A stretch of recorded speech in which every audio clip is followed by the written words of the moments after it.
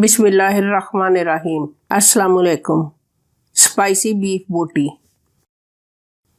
Beef बोटियाँ 1 kilo, पपीता 1 table spoon, नींबू का रस 4 टेबल स्पून, अदरक लहसुन का पेस्ट 2 टेबल स्पून।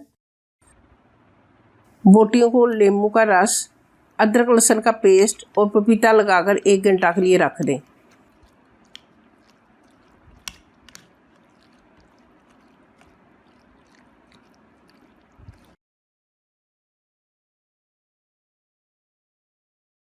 सब्ज़ इलायची 12 अदद, 10 अदद लौंग, 1 टेबल स्पून काली मिर्च साबुत, कबाब चीनी 2 अदद, अगर नहीं है तो ना डालें। बादियानी खटाई 1 अदद, सफ़ेद ज़ीरा 2 टेबल स्पून, जायफल 1 अदद, जावित्री आधा टीस्पून, तेज़ पत्ता 1 अदद। ये सब पीस लें।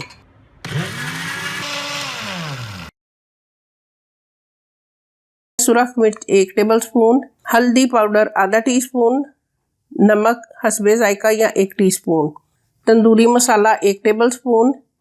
तंदूरी मसाला के लिंक पर क्लिक करें और इसकी तरकीब देख लें।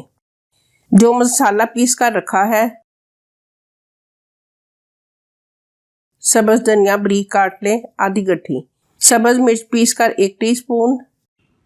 गोश्त को लें जिसको हमने मैरिनेट किया हुआ था, उसमें सुरख मिर्च, हल्दी पाउडर, नमक, तंदूरी मसाला, सब्ज़ मिर्च, जो मसाला पीस कर रखा है वो साथ डालें।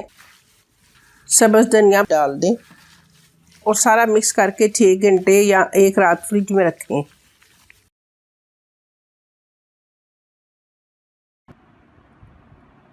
फिर इसको निकाल कर कोयला का धुआं दें।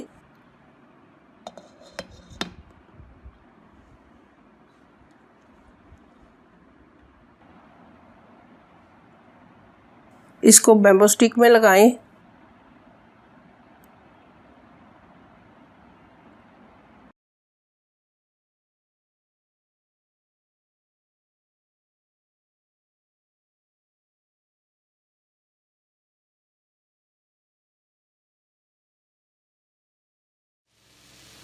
और पैन में थोड़ा सा ऑयल लगाकर बोटियों वाली स्टिक रखें।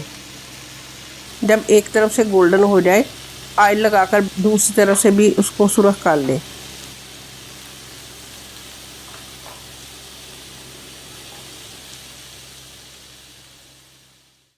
अब ये तैयार है, डिश में निकाल लें और सलाद से सजाएं। ये रायते के लिए है। थोड़ा सा पुदीना, सब्ज़ मिर्च, दही, सफ़ेद ज़ीरा, हस्बे जायका काला नमक। पुदीना, सब्ज़ मिर्च, सफ़ेद ज़ीरा, काला नमक डालें, दही डालें। ये चॉप करके ये रायता तैयार है। अब आप इस टिक्का को गरम गरम नान या चपाती के साथ खाएं और हमें दुआओं में याद रखें।